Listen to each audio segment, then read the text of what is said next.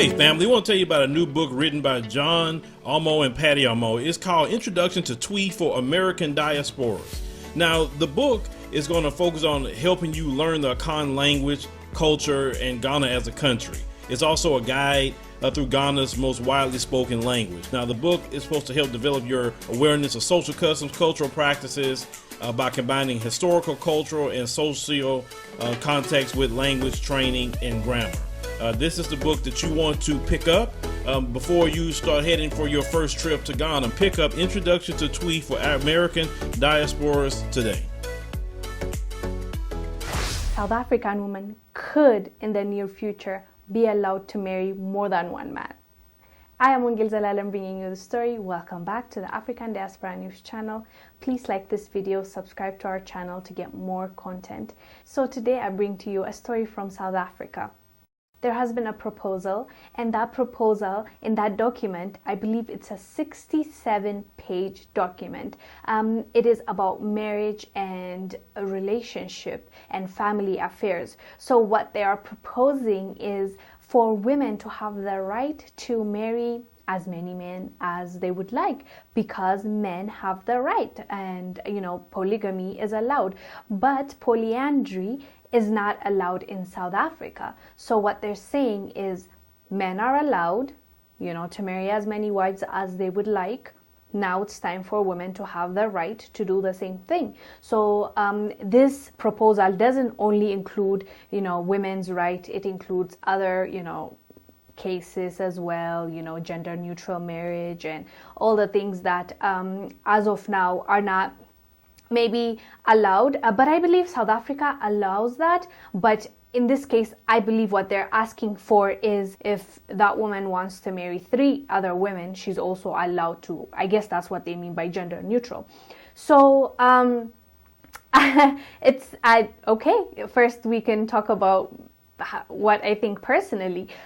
Me personally, I'm not for polygamy, I'm not for polyandry. So I'm definitely not going to put myself in their positions when I'm speaking. I am personally, I don't care for both. I feel like one man, one woman, that's me.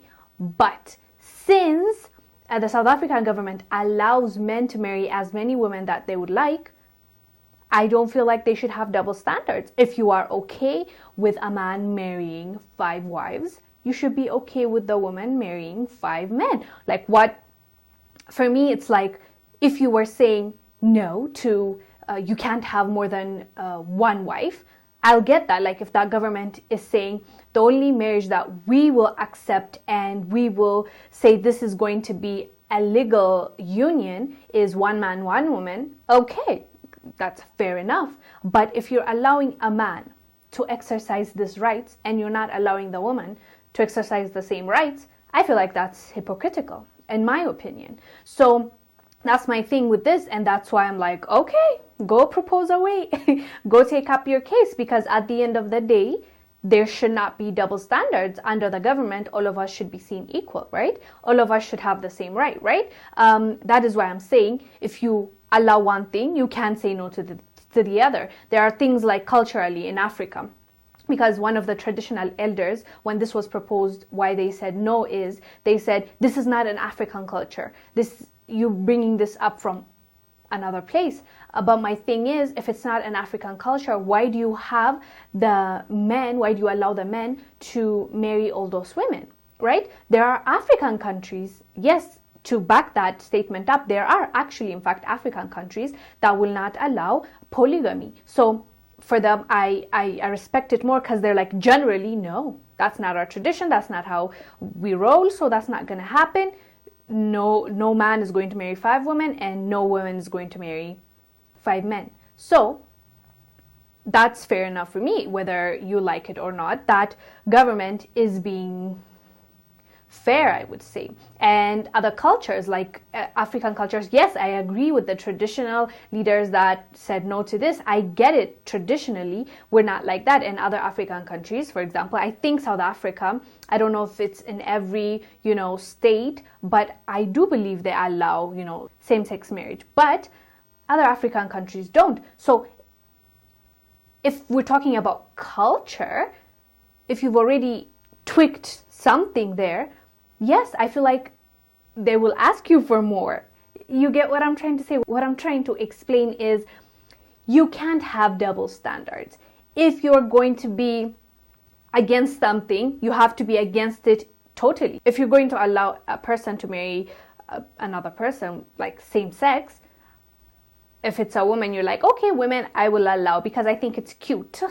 But the males, no. That's where I draw the line. You can't, like, you have to either say no to everything and, go through all the legislations and go back and forth and let the people speak through their representatives and their parliament to say no or yes, or agree or not, or allow this or not, because at the end of the day, it depends on the culture, on the society. If the society is not ready for it, even if you as a government say, yes, I want women to marry as many men that they would like, and then you pass that law, and then what happens if the woman tries to marry two men, and then those two men, if the society is not ready for it, something bad will happen to the people that are on the ground that you are recklessly saying okay to.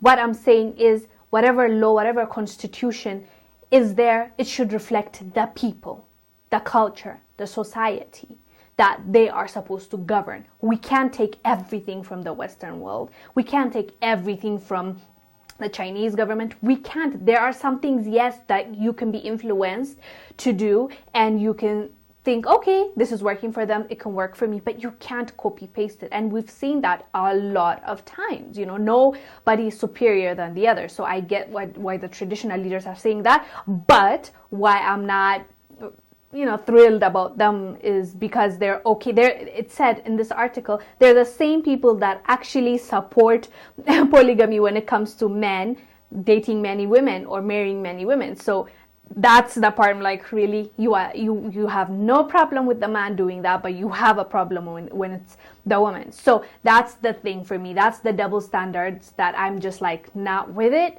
So anyways, guys, do let us know down below what are your thoughts about women.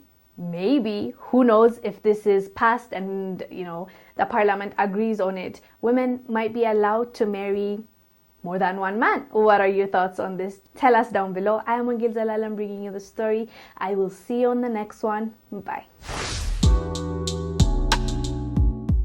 In search of a financial opportunity to pay off student loans, a young Black American woman moves to South Korea to work. As the author, Blvd W, recalls culture shock and fun adventures in a country far from home, she's also faced with anti-Black racism and featureism, quickly learning that white supremacy is practiced not only by whites, but by those that are categorized as people of color. Based on her 10 years of living abroad, the book Ago Igo compares and contrasts Korea versus the United States on subjects such as code, communal living, racism, effective protests, global alliances, warrior class, music, political correctness, health, aging, money, and the coronavirus. This blunt memoir is uncomfortable, humorous, and educational. Help fight propaganda and mainstream agendas by picking up a copy of Ago Igo on Amazon.com.